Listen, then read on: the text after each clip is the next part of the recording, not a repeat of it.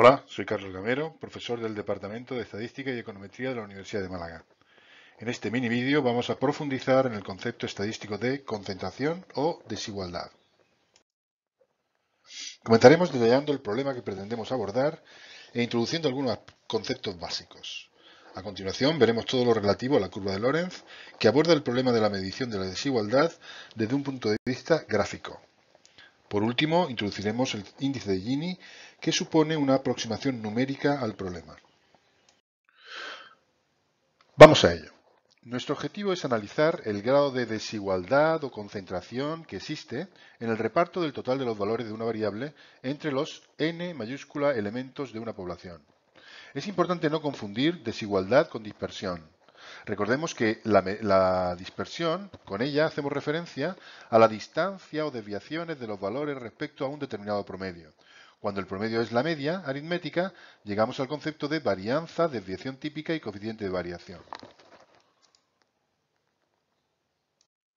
En cuanto al carácter analizado, podemos estar hablando de una variable salarial o de renta, de propiedades inmobiliarias, del reparto de la demanda en un determinado sector, esto es de cuotas de mercado, etcétera, etcétera.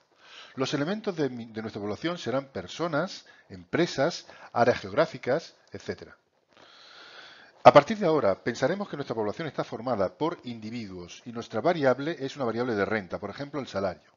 Tenemos n mayúscula de individuos, cada uno de los cuales recibe un salario. Llamaremos V a la suma de todos los salarios. V es la cantidad monetaria que se ha repartido, la masa salarial. Respecto a la desigualdad o concentración, podemos encontrarnos distintas situaciones. Primero, podemos estar en situación de equidad absoluta o equidistribución. Este sería el caso en el que todos los trabajadores cobrasen la misma cantidad, es decir, V mayúscula partido por N. Otra situación diametralmente distinta y extrema supone que solo cobre un trabajador, esto es, que perciba V mayúscula y que el resto de los trabajadores no reciba nada. También se darán situaciones intermedias de desigualdad en el reparto de V. Vamos con la curva de Lorentz. La curva de Lorentz es un método gráfico para el análisis de la desigualdad o concentración que está basado en las frecuencias acumuladas. El punto de partida es una distribución de frecuencias. Si nuestra variable está agrupada en intervalos, tomaremos las marcas de clase como valores representativos de cada uno de esos intervalos. En tal caso obtendremos una curva de Lorentz aproximada. La tabla adjunta recoge los intervalos en los que está agrupada la variable salarial, las frecuencias absolutas y las marcas de clase, los puntos medios de los intervalos. Para poder representar la curva de Lorentz necesitamos calcular una serie de cosas. Lo primero, los totales de renta, o V minúscula sub i. Las frecuencias absolutas acumuladas, es decir, las n mayúscula sub i. Los totales de renta acumulados, V mayúscula sub i. Las frecuencias relativas porcentuales acumuladas, P sub i. Y los totales relativos porcentuales acumulados, Q sub i. La curva de Lorentz surge al representar gráficamente las columnas P sub i y Q sub i. Lo veremos ahora con más detalle. Esta tabla recoge de manera general las columnas que deberemos añadir a nuestra tabla original hasta poder representar la curva de Lorentz. En una primera columna aparecen los totales de renta, es decir, el producto de los X sub i por N sub i. En la columna marcada como 2 aparecen las frecuencias acumuladas, es decir, es la acumulación de las frecuencias absolutas.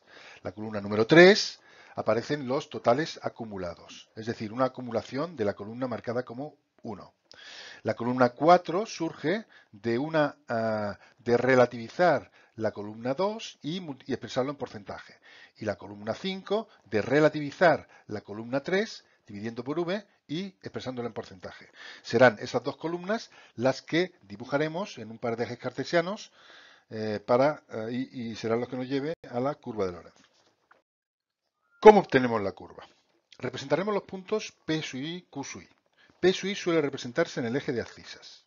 La curva aparecerá dibujada dentro de un cuadrado de lado igual a 100. Los puntos 0, 0 y 100, 100 pertenecen a la curva. Siempre será creciente puesto que estamos acumulando. Además, nunca cortará la diagonal y se va a situar por debajo de la diagonal si colocamos P sub i en abscisas. Si colocamos Q sub i en abscisas, aparecerá por encima de la diagonal. ¿Cómo indica la curva de Lorentz el grado de desigualdad? Bueno, estaremos en una situación de equidistribución cuando la curva de Lorentz coincida con la diagonal principal del cuadrado.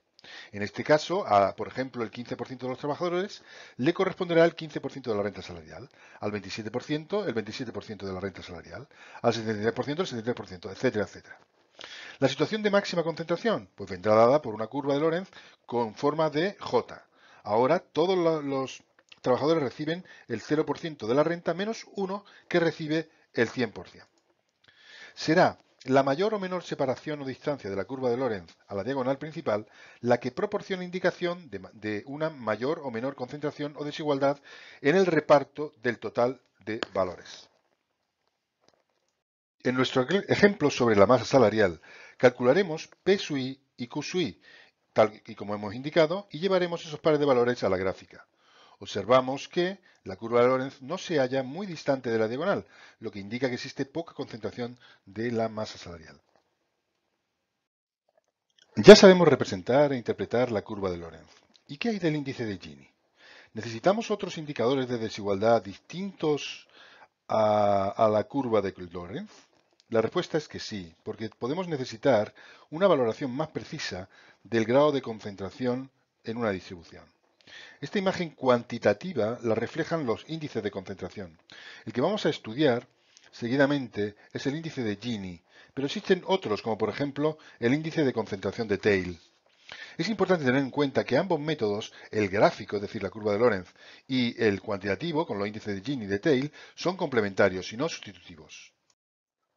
Si la distancia de la curva de Lorentz a la diagonal principal del cuadrado donde se representa es un indicador del grado de desigualdad, ¿por qué no medimos esa distancia? Esta es la idea que subyace al índice de Gini. Se define como el cociente entre el área sombreada y el área del triángulo OAB. Por definición, el índice de Gini es adimensional, por calcularse como cociente de dos áreas definidas a partir de porcentajes. Por definición también, el índice de Gini tomará valores entre 0 y 1. Tomará el valor 0 en el caso de equidistribución, es decir, cuando la curva se corresponda con la diagonal del cuadrado, y el valor 1 en el caso de máxima concentración, cuando la curva de Lorentz tiene forma de J. Puede demostrarse que el índice de Gini puede calcularse a partir de la expresión que aparece en pantalla. También existen fórmulas de aproximación que pueden utilizarse cuando K, el número de filas de la distribución, sea suficientemente grande. Para nuestro ejemplo del reparto de la masa salarial, hemos calculado las columnas P sub i, Q sub i más 1 y P sub i más 1, Q sub i. La primera de ellas la calculamos multiplicando P1 por Q2, P2 por Q3, P3 por Q4 y así sucesivamente. Para la segunda multiplicaremos P2 por Q1, P3 por Q2, P4 por Q3 y así sucesivamente. No tendremos datos para la última fila. La primera columna, la suma de los valores que aparecen en la primera columna, P sub i, Q sub i más 1, es de 30.987,68. Para la segunda columna, P sub i más 1, Q sub i, es de 28.395,18.